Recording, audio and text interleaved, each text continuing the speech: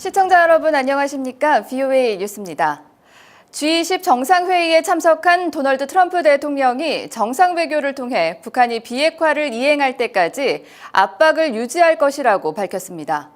문재인 한국 대통령도 만났는데 두 정상은 북한에 대한 강력한 제재 이행의 중요성에 동의했다고 백악관이 밝혔습니다. 김칸희 기자입니다. 아르헨티나에서 개최된 G20 정상회의에서 도널드 트럼프 대통령은 문재인 한국 대통령을 만났습니다. 두 정상은 배석자 없이 비공개로 진행된 30여 분간의 만남에서 북한 문제를 논의했습니다. 백악관은 성명을 통해 두 정상은 북한의 최종적이고 완전히 검증된 비핵화를 달성하기 위한 노력을 재확인했으며 양국 정상은 비핵화만이 한반도의 경제적 번영과 지속적인 평화를 위한 유일한 길이라는 것을 북한이 이해할 수 있도록 현존하는 제재의 강력한 이행을 유지하는 것의 중요성에 동의했다고 밝혔습니다. 또 트럼프 대통령은 2차 미북 정상회담 개최 의향에 대해 논의했으며 다음 단계를 위한 긴밀한 공조를 재확인했다고 밝혔습니다. 트럼프 대통령은 앞서 아베 신조 일본 총리를 만나 북한 문제에 대한 공조를 강조했습니다. Military working together having to do with North Korea and other factors really has been very strong. 두 정상은 특히 북한이 비핵화 약속을 이행할 때까지 압박을 유지하기 위해 동맹인 한국을 포함한 국제사회와 협력하는 방안을 논의했다고 백악관은 밝혔습니다. 트럼프 대통령은 1일 시진핑 중국 국가주석과 정상회담을 벌입니다. 무역 갈등뿐 아니라 북한 비핵화 문제에 대해 어떤 해법들이 나올지 주목됩니다. VOA 뉴스 김칸입니다. 미국의 제재를 받고 있는 선박들 가운데 현재 4척이 운항 중인 것으로 나타났습니다. 한국 부산에 4개월 가까이 머물렀던 러시아 선박은 유류를 구입한 뒤 항구를 떠났습니다. 함지아 기자입니다. 북한과 연루돼 미국의 제재를 받고 있는 선박은 모두 101척입니다. 이 가운데 다른 나라 항구나 공해상에서 발견된 선박은 현재 4척으로 나타났습니다.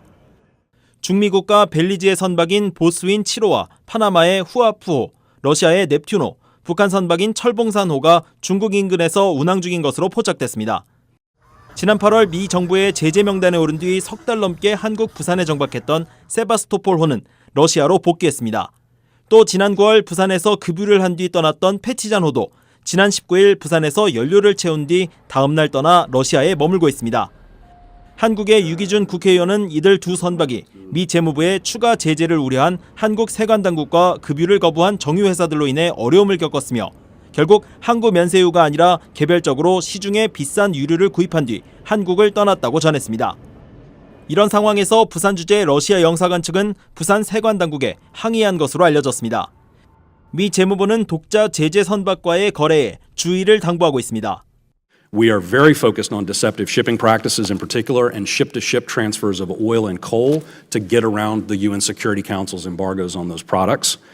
미국 정부는 올해에만 선박 42척을 제재하는 등 북한의 불법 해상 활동 근절을 위한 압박을 이어가고 있습니다. VOA 뉴스 함지아입니다. 캐나다가 북한의 완전한 비핵화와 검증을 위해 전문가 파견 등 지원 준비가 돼 있다고 밝혔습니다. 캐나다 외교부는 북한의 비핵화 검증을 위한 미국의 전문가 파견 요청을 받았는지를 묻는 VOA의 질문에 이같이 답하고 캐나다는 특히 대량 파괴 무기와 시설 처분 관련 경험을 공유할 수 있다면서 북한은 국제원자력기구 IAEA의 사찰단 방북을 허용해야 한다고 강조했습니다. 미 상원이 14년 전 중국 여행 중 실종된 미국인 대학생 데이비드 스네든의 납북 의혹에 관한 수사 지속을 촉구하는 결의안을 만장일치로 채택했습니다. 결의안은 스네든이 북한에 의한 납북 가능성이 있다며 국무부와 정보당국의 지속적인 공동 수사를 촉구했습니다. 선교사들은 스네든의 마지막 목격 장소가 북한의 간첩 행위가 이루어졌던 중국 내 한식당이라고 주장한 바 있습니다.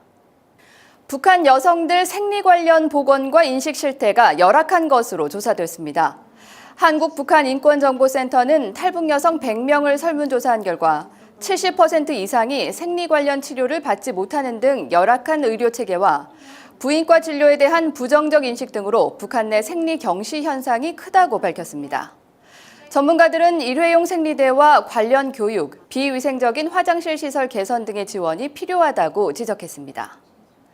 VOA 뉴스를 마칩니다. 시청해주신 여러분 고맙습니다.